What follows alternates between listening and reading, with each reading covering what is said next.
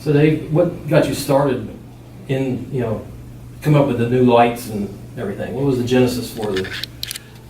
So my background is electrical engineering. I've worked in the semiconductor industry most of my life. I went to college up in upstate New York, Rochester Institute of Technology, and had some background in fiber optics. After I graduated from college, I started with IBM, worked there for 10 years, and then I worked for Philips Semiconductors for 9 years. So always been in electronics. Had motorcycles my whole life. I grew up when I was riding dirt bikes. I think I got my first motorcycle, a little Honda 50, when I was probably about 7 years old. So I started when I was 5. So. Yeah, so I've always been around bikes. When I was married and working, had a good job, and had a motorcycle. And at some point, the two kind of came together, and told my wife that I was going to start installing some lights on motorcycles. I had seen the lights, the accent lights, the engine lights on bikes. At Myrtle Beach, I'd seen them installed, and I thought they were pretty cool, and I wanted to do that. And she thought I was crazy, and said, go do this. How much is this going to cost? I'm like, I have no idea. I'm going to do it out of the garage. So I went and tried to get insurance to do that, and went and met with my Allstate agent, and they thought I was crazy, and they're like, yeah, you can't do this and stuff. So make a long story short, I ended up I couldn't get insurance to do this. So I said, all right. So instead of installing, I'm going to make a little website, and I'm going to sell this. I'm going to get these products. I'm going to make some little kits. I'm going to sell some lights. And so what I did is I started searching around and trying to find where these people that were installing them were getting them from. I had a really hard time doing that. And finally, when I started finding some suppliers, the lights that they sold, it came with 4 inches of wire. And so I'm like, if someone buys this, what good is this going to do with 4 inches of wire? So I said, all right, well, if anyone's going to, buy these and put them on, this isn't going to do anyone any good. First, you're going to need, 3-4 feet of wire. You're going to need all these install supplies. So my whole thing was to make a little kit for people to make it easy. And that's kind of how the business got started. Is I started buying accent lights and soldering the wires on and making these little kits, so that if someone wanted to do what I did and put the lights on there, they could get everything at one place. They can buy a little kit and say, hey, I don't have to run the store, and I don't have to find connectors and tie wraps and everything. I've got everything to install these lights. So I made a little website, put these kits on different colors, and started to sell them. And they started taking off. And we're like now. I remember we got our first order. It was actually Christmas Eve, December 24th, 2002. And checked my email, and we had our first order. And a week later, we had another order, and they started becoming more steady. And eventually, we were getting good amount of orders. When I say a good amount, we were getting 3, 4, 5 orders a day, which we thought was big at the time. And little did you know. Yeah, little did we know. And it just kind of grew from there. And then from there, we started expanding and doing different things. And eventually, I left my day job, years later, when we had enough to do a real business. Was that a big step? Yeah, that was a real big step. I had a really good job, and I really liked it. And I had done semiconductors, pretty much since college, and it was a big leap of faith to leave my day job and do that. And once I did, I never looked back. But there was never any plan that I woke up one day and say, hey, I'm going to start Custom Dynamics and make a business out of this and sell this. It was just tinkering around. It was just a hobby. It was just something fun to do. All right, so you start off with the accent lights, accent strips. What was your first product that, Custom Dynamics product? Yeah, so for a long time in the beginning, we were just really a distributor. We weren't manufacturing. We were just buying things and putting things together. In 2007, we were doing a lot of work with a company called No Magic Neon. And No Magic Neon was a manufacturer, and they had a fairly extensive product line, and we actually purchased them, and that got us into the manufacturing side of things. So that was our first venture into the manufacturing side of things when we did an acquisition of No Magic Neon, which was out of Albany, New York. And that got us into manufacturing and really got us going now from distribution to manufacturing. And we had to hire technicians and assemblers and change things a lot. And that was for what was the first thing? Is a headlight or No. turn signals or? Yeah, it was turn signals, and they actually had tail lights, turn signals, and then just some other auxiliary lighting.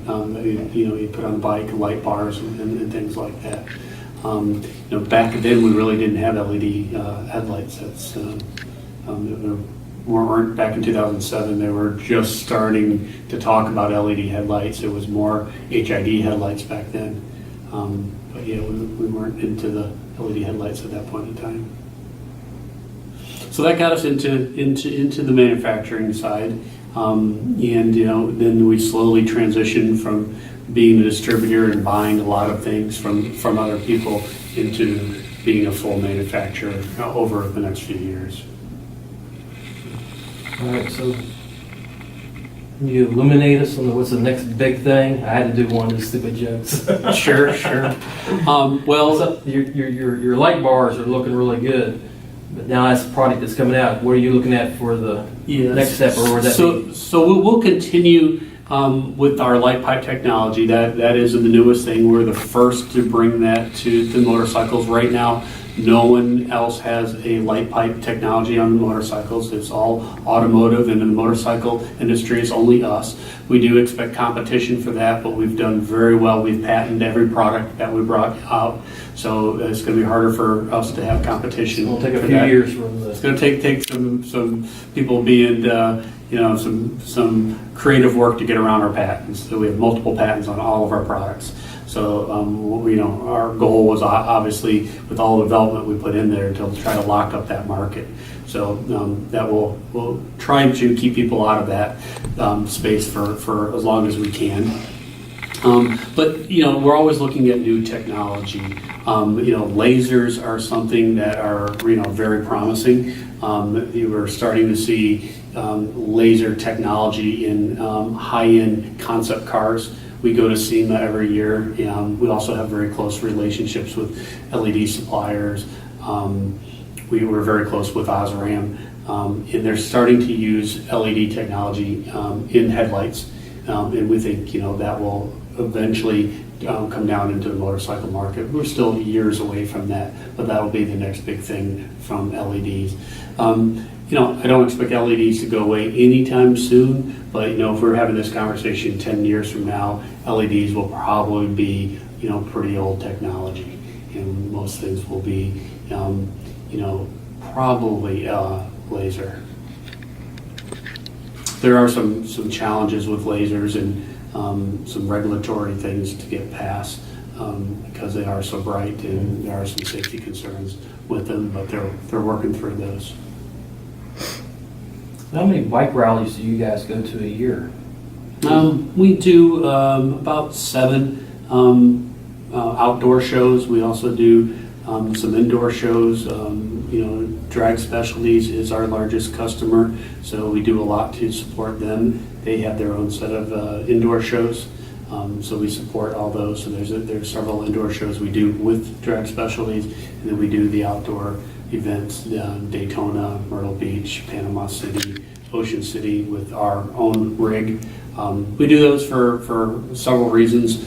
It's not the only reason to go out there and try to make money. That's not the big reason we do it. The marketing is a part of it, but also it's a challenge to get your hands on all the new motorcycles. Harley is making changes every year. Last year was a big year. 2014 was a big year with a lot of changes. when they introduced all the changes in the touring family in 14 last year, and a big change with the soft tails. So we have a great working relationship with our local Harley-Davidson dealership, which used to be Ray Price, now Tobacco Road. They're really good at loaning us bikes, letting us work on them. But we still need to get our hands on a number of bikes and a number of bikes with accessories on them, and make sure our products are working with those before we release those products.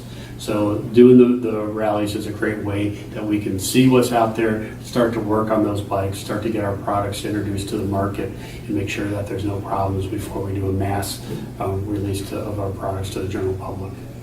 Now, you talk about the Harley, but you guys also do a lot of metric bikes too. Yeah, we do metric bikes, and we're doing more into that. Indian I wouldn't consider a metric bike, but it's a U.S.-made bike. But we have gotten into the Indian market also. We were getting pretty strong into the Victories until that. That doesn't work. Yeah, that doesn't work anymore. That went away on us. But we were going down the road pretty strong on the Victories. But we kind of have switched gears and gone on to the Indians. But we also do some products for the metrics. Certainly the Honda, Kawasaki, Suzuki, Yamaha, so we have all those. We also do a lot of products for the Can-Am Spiders. Right now, do you do sport bikes, or is it just the touring bikes? Mainly the touring. We have, we have some universal products for the sport bikes, but with the sport bikes, it's such a broad market, and they're changing every year, every couple of years. It's really hard to keep up with it. Unless you're Suzuki, which doesn't change anything for decades. Yeah, so we kind of lose focus if we spread ourselves out too thin. So the sport bike market, we have not gotten into the turn signals and tail lights and headlights. We do a lot of accent lighting because it's universal for the sport bikes, and sport bikes tend to like the accent lighting, so we do it there, but not with the turn signals and headlights and tail lights and things like that. We tend to stay with the cruisers on that part of the business, the operational part. And what's your best-selling product? The best selling product is our LED turn signals, our dynamic rings, and now our Pro Beam dynamic rings. So that is our front turn signal that has the white daytime running light, and then the amber turn signal. That is by far our best product. Yeah, I had your dynamic rings, and I thought they were awesome, and then you just showed me the Pro Dynamic, and I said, wow, that's a major upgrade. So that's just very cool looking. Yeah, and we came out with the dynamic rings, many years ago. They have done very, very well for us. But about 2 years ago, we started developing the Pro Beam dynamic rings. We knew the dynamic rings at some point would reach their end of life, although they're not there yet. We're still selling an awful lot of them, but with technology, we wanted to improve on that and come out with a better dynamic ring, and that is the Pro Beam dynamic ring. So we took a great product and made it better with the Pro Beam dynamic ring, and it's doing very well. Now, all your products are designed in-house, or do you do any outsourcing for design? All of our products are designed in-house. We do use some resources for optical simulations that we don't have. So we have some relationships with some companies, and we've had those for years and stuff, that help us with optical simulations. So we use those.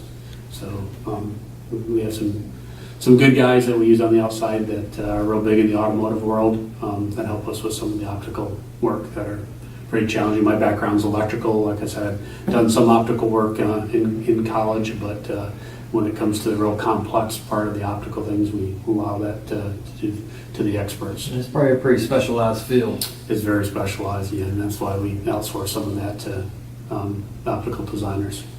How'd you come up with the name Custom Dynamics? Not really sure. Just kind of hit us one day when we were just sitting around throwing ideas out, and just kind of stuck with us. It was one that stuck. Yeah. We were throwing a lot of different names out. You remember one that didn't stick? Yeah, Dave's LEDs. Yeah, that one didn't stick. I think Custom Dynamics probably has a better long-term ring to it. Yeah, well, at this point in time, we were working out of the garage, and it had no big plans. I mean, this was again nothing that I was going to quit my day job and do. This was just tinkering around. So it really was Dave's LEDs for a while there out of the garage. So, but yeah, glad we went with Custom Dynamics and not Dave's LEDs. Yeah, I think that was a better call.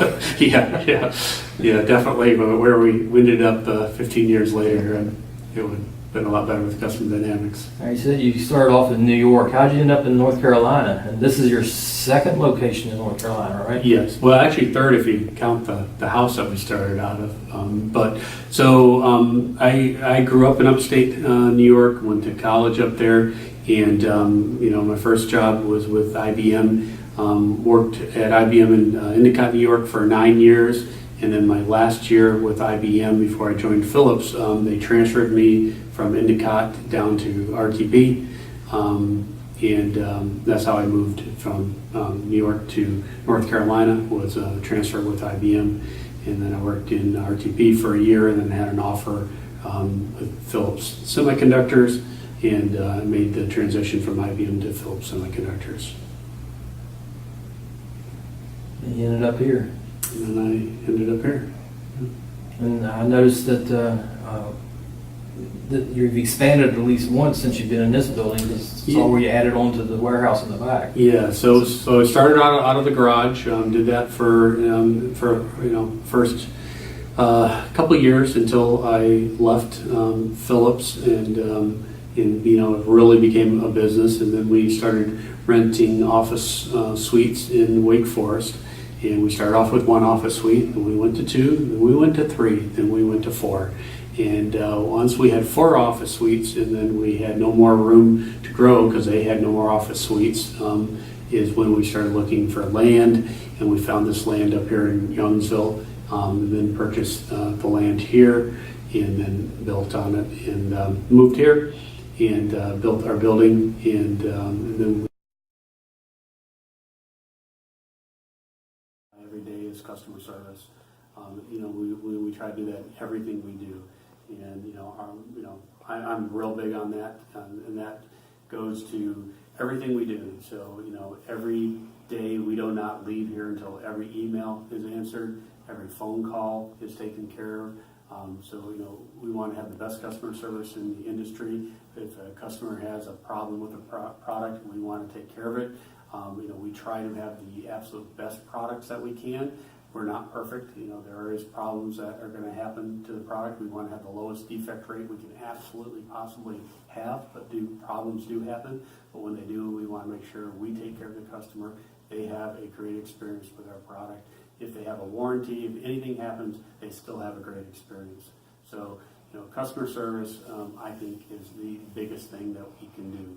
Of course, we want to put everything that we can into developing the best products, the most reliable products, the brightest products, the safest products, but customer service is behind everything we do, from development all the way through the purchasing of the product, through the whole life of the product. And all of our LEDs have a lifetime warranty. So we really want to stand behind our product and have a great experience for every customer.